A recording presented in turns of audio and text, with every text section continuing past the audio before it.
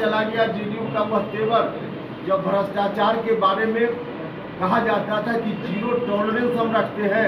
अब जेडीयू के कई विधायक नहीं, लगभग सभी दो चार अपवाद को छोड़कर सिर्फ विधायक नहीं, बाकी नेता भी सब लोग अब इस इंतजार में है कि कौन कब उस नाव से छलांग लगाएगा। अब डूबती नाव पर कौन रहना चाहेगा? तो जेडीयू की यही स्थिति है, नाव लगभग डूब चुकी है। अब सब लोग वहाँ बैठे हैं कि कब छलांग लगाकर कौन लोग कहाँ चले जाए। नमस्कार, लाइव सिटीज में आपका स्वागत है। मैं हूं आपके साथ प्रीति झा। जदयू से अलग होने के बाद उपेंद्र कुशवाहा ने अपनी नई पार्टी जब से बनाई है, उसके बाद वो इस सरकार को लेकर कुछ ना कुछ कहते हुए जरूर नजर आ रहे हैं। जी हां, बता दें आपको कि अभी उन्होंने अपना फिर से विरासत बचाओ नमन यात्रा का दूसरा चरण शुरू किया और आज वो मुंगेर पहुंचे, जहां पर उन्होंने जदयू में टूट को लेकर कई सारी बातें कही। उन्होंने यह भी कहा कि किस तरीके से जदयू के जो विधायक हैं वही इधर उधर नहीं, बल्कि दो चार अपवाद को छोड़कर कई ऐसे नेता जो है वो इस फिराक में लगे हैं कि कब इस डूबती हुई नाव से छलांग लगाया जाए। क्या कुछ कहते हुए नजर आ रहे हैं उपेंद्र कुशवाहा, सुनिए। अब तो एक तरह से कहा जाए कि जो पुरानी सरकार थी 2005 के पहले, उन दिनों की याद अब महागठबंधन के बाद जो सरकार बिहार में चल रही है फिलहाल, उन दिनों की याद हो जाती है। अब हर जगह आप किसी भी जिला में चले जाइए, लॉ एंड ऑर्डर का सिचुएशन रोज बिगड़ रहा है।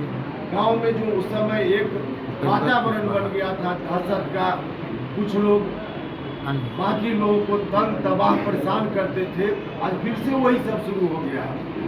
तो अभी की सरकार तो उन दिनों की याद दिला देती है जो 2005 के पहले की सरकार चल रही है।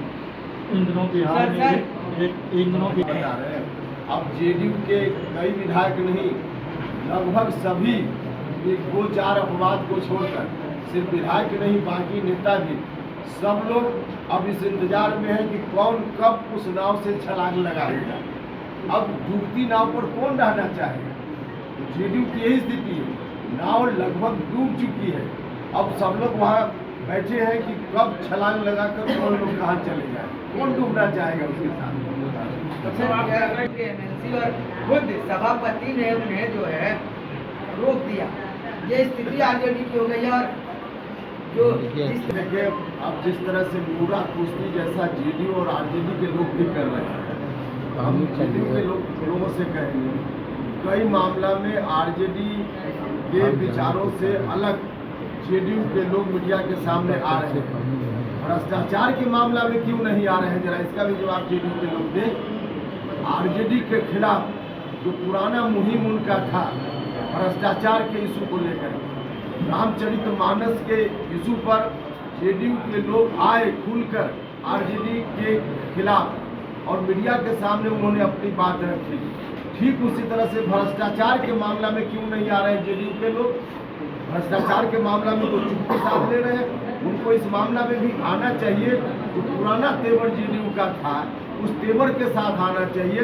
कहाँ चला गया जेडीयू का वह तेवर, जब भ्रष्टाचार के बारे में कहा जाता था कि जीरो टॉलरेंस हम रखते हैं? कहाँ गया तेवर? आज क्यों चुप है लोग?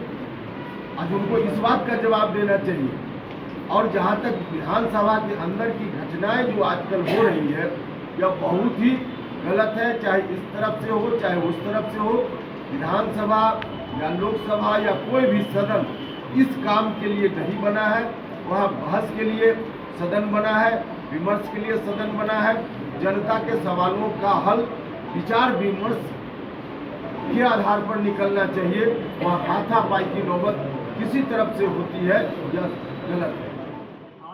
तो आपने सुना कि जदयू में टूट को लेकर उपेंद्र कुशवाहा क्या कुछ कहते हुए नजर आ रहे हैं। और इतना ही नहीं, उपेंद्र कुशवाहा ने यह भी कह दिया कि कई मामलों में आरजेडी की सोच से या फिर आरजेडी की चीज़ों से जदयू की सोच जो है वो थोड़ी अलग है, लेकिन हर बातों पे तो जदयू खुलकर बोल रही थी। जब रामचरितमानस की बात हुई थी तो उन्होंने खुलकर अपनी प्रतिक्रिया दी, तो वही जब भ्रष्टाचारी मामले पर बात हो रही है तो इस पर जदयू मौन क्यों है, इस पर कुछ क्यों नहीं कहते हुए नजर आ रहे हैं। तो फिलहाल इस वीडियो में आज बस इतना ही। बाकी के खबरों के लिए देखते रहिए लाइव सिटीज।